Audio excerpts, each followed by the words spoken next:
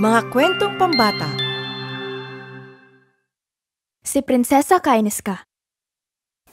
Noong unang panahon sa Greece, may nakatirang isang kakaiba at matapang na batang babae. Ang pangalan ay Kaineska. Siya ay pinanganak sa isang pamilya na mayaman at sa prestihiyosong lungsod ng Sparta, nakilala sa kanilang mga matitinding mandirigma at tradisyon sa pag-aalaga ng mga kabayo.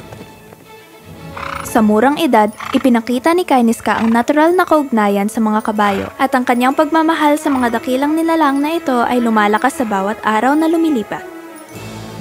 Simula noon, siya ay nanonood ng mga laro sa Olimpiko kasama ang kanyang kapatid at ang kanyang ama na si Haring Archidamon. Siya ay nangangarap na magwagi sa karera ng kalesa sa makasaysayang palaro. Noon, ang mga batang babae sa kanyang edad ay naglalaro ng mga laruan sa parke. Si Kaineska ay palaging pumupunta sa kwadra at nakikipagkaibigan sa iba't ibang klaseng kabayo at inaalagaan sila. Sinikap niyang sinayang maigi ang mga kabayo. Bagamat ipinanganak siya sa isang lipunang itinuturing na ang pagkakarera ng kabayo ay isang palakasan. Ito ay inilaan lamang sa mga kalalakihan. Ngunit si Kaineska ay isang babaeng hindi sumusunod sa takda. Isang beses, nakita siya ng kanyang amang si Haring Archidamos na siya'y lumabas ng palasyo ng maaga. Tahimik niyang sinundan ito upang malaman kung ano ang kanyang ginagawa. Anong ginagawa mo dito, prinsesa? Di ka pwede dito. Baka ipahampas ako ng hari. Kung susunod ka sa lahat ng patakaran, hindi ka sasaya. Huwag kang killjoy. Alis na. Pabayaan mo ako. Anak! Anong ginagawa mo dito sa kwadra? Ito ay hindi isang lugar para sa mga babae. Ama, alam ko pero gusto ko magsali ng kabayo na parang dalubhasa. Gusto ko silang ikarera sa Olimpiko. Ikay ano? Kaineska. Hindi mo ba alam na di pinapayagan ng mga babaeng sumali sa Olimpiko? Kalokohan yon. Isa kang prinsesa at kumilos ka ng naaayon. Pero ama, bakit di ako pwedeng sumali? Nasa akin ang mga galing na kabayo sa Sparta. Ako mismo ang sumanay sa kanila. Bakit sagabal ang kasarian sa aking abilidad? Hindi ito tungkol sa iyong kakayahan o husay, Kaineska. Ito'y tungkol sa tradisyon. Ang mga babae ay hindi dapat makilahok sa mga palakasan. Ito'y hindi maganda. Nagsalita ka ng magandang asal matapos pa akong gulatin? Kaya ko ito.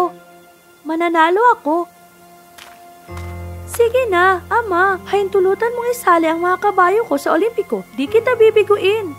Makinig ka, Kaineska. Hanga ko sa iyong sigasig. Ngunit kinakailangan mong maging realistiko. Kahit pa'y tulutan kita na ipakilala ang iyong mga kabayo, ang lipunan ay tatawanan ka at magsasalita ng masama sa iyo. Magtiwala ka, ama. Alam ko kung anong pinapasukan ko. Ang tigas ng ulo mo. Sige, kung yan ang gusto mo, gawin mo ang lahat, anak. At, may manliligaw na darating para makita ka.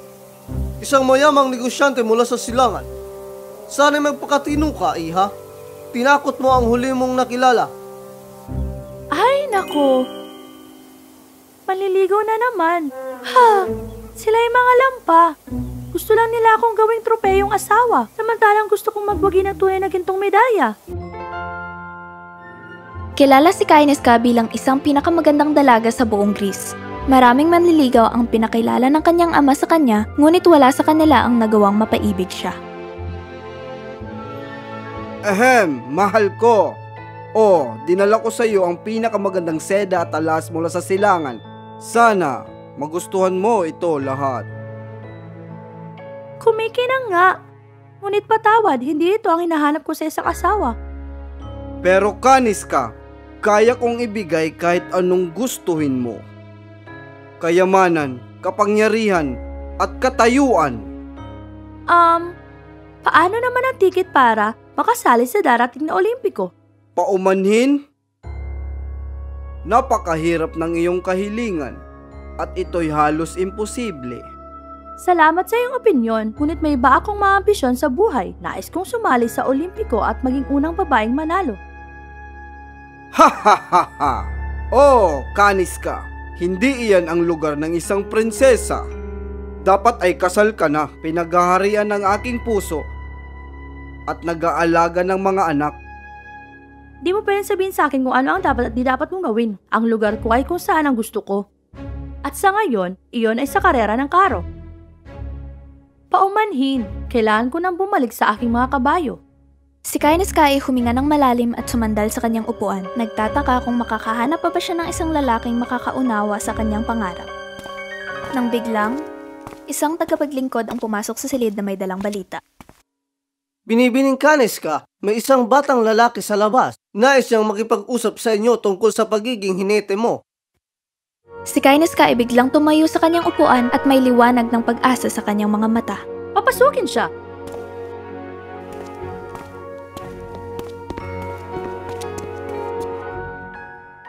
Binibining Kaineska, ako po si Leonidas. Sinabi sa akin ng hari na nais yung magkarera sa Olimpiko. Ako ay isang bihasang hinete at karangalan kong kumarera para sa iyo. At bakit mo naman gagawin yon, Leonidas? Ayaw naman yun sa'yo. Mahilig ako sa mga kabayo at gusto ko rin kumarera, pero di ko pa naranasang makipagtagisan sa ganitong antas. Kung ako ang kakarera para sa iyo, alam kong mananalo tayo. Napangiti si Kaineska. Siya'y labis na natuwa sa gilas at pagnanasa ng binata. Kung ganon, Leonidas, ikaw ang kumarera para sa akin. Pero ito ay magiging mahirap na daan. Handa ka ba rito? Oo, prinsesa. Gagawin ko ang lahat para maabot mo ang iyong mga pangarap. Pagkita tayo sa kwadra mamayang hapon, ipapakilala kita sa mga kasamahan mo. Sino kaya sila, prinsesa? Mga kasamahan mo, Leonidas, mga kabayo. Kabayo natin. Dahil isang grupo tayo, pag madalikat kailangan nating magsanay. Kita tayo ng alas 4. Tahimik na naghihintay si Leonidas sa kwadra.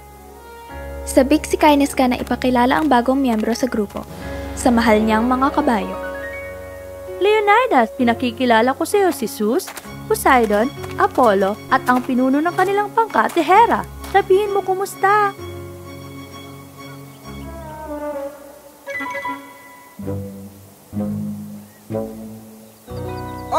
Hi! Kumusta?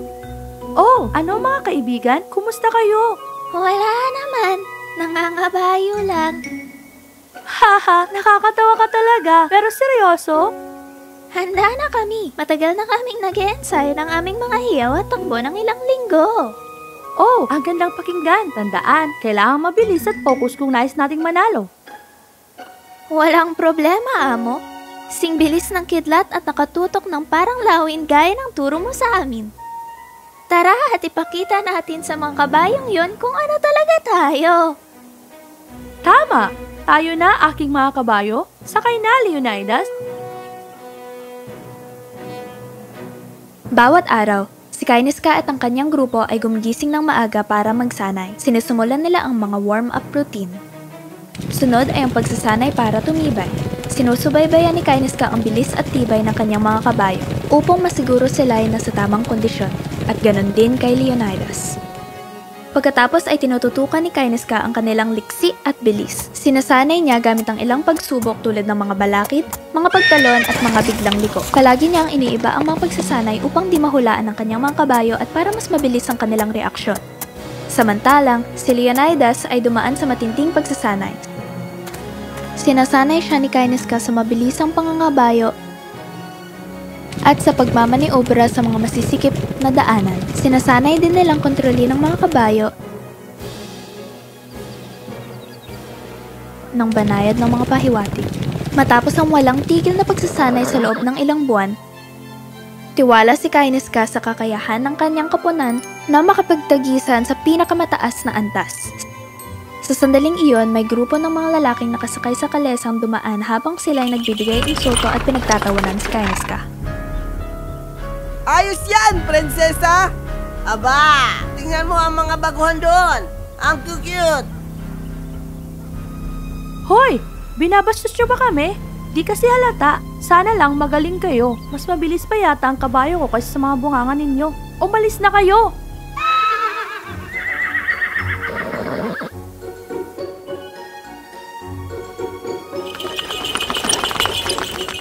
Huwag niyo na silang pansinin. Handa na tayo.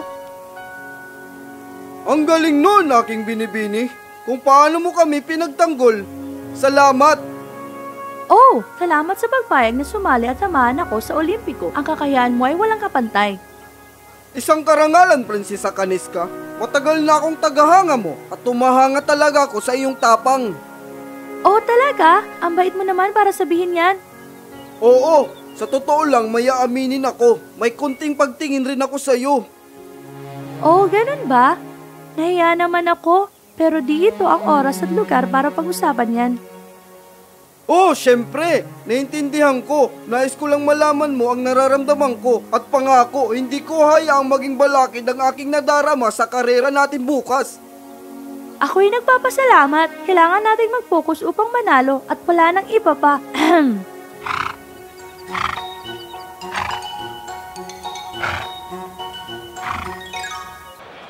Dumating ang araw ng pagtutuos. Nagsidatingan ng napakaraming tao at nagsisigawan at naghihiyawan habang ang mga kalahok ay pumapasok. Pero nang dumating ang kalesa ni Kainiska, ay biglang tumahimik at nagbulungan ang mga tao. Pero taas no si Kainiska, handa naman si Leonidas. Si Hera at ang kanyang kawan ay matindi ang kanilang mga tingin. Bago magsimula ang karera, lumingon si Kainiska sa kanyang grupo at nagsabing, Tandaan nyo ang inyong pagsasanay. Ang gusto nating makamit ay nasa likod ng finish line.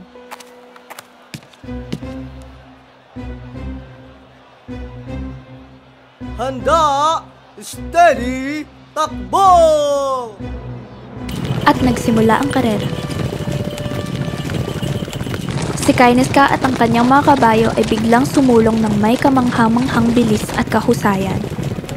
Habang siya'y nagmamaniobra kasama si Leonidas at ang kanyang mga kabayo, siya'y tumagilid at lumiko sa karerahan, nalusutan at naiwasan ang mga banggaan sa ibang kalesa, lahat ay naiwan sa likuran. Ang mga tao ay nagwala sa kasiyahan. Sa wakas, sila ay tumawid sa linya ng pagtatapos. Sa unang pwesto, si Kainiska ay sumigaw gaya noong siya'y bata pa. Sobrang saya. Siya'y naging bahagi ng kasaysayan. Siya ang unang babaeng nanalo sa Olimpiko. Ang mga luha ng kasiyahan ay pumatak sa kanyang pisngi. Si Leonidas ay lubos na naantig. Nagawa mo, prinsesa! Nagawa mo! Hindi! Nagawa natin! Ang tagumpay ni Kainiska sa Olimpiko ay nagdulot ng malakas na epekto sa buong Greece. Ito ay humamon sa mga tradisyon at nagbigay inspirasyon sa mga kababaihan na sundan ng kanilang mga pangarap. Siya ay hinirang bilang isang bayani at simbolo ng tapang at determinasyon. Si Kainiska ay naglakad upang ang mga kababaihan ay makatakbo at doon nagsimula lahat. Isang babaeng Sparta na may matibay na loob ang nagdala ng liwanag para sa mga kababaihan sa mga laro ng Olimpiko. Gaya ng kanilang sinasabi, ang mga babaeng mahinahon ay bihirang gumawa ng kasaysayan.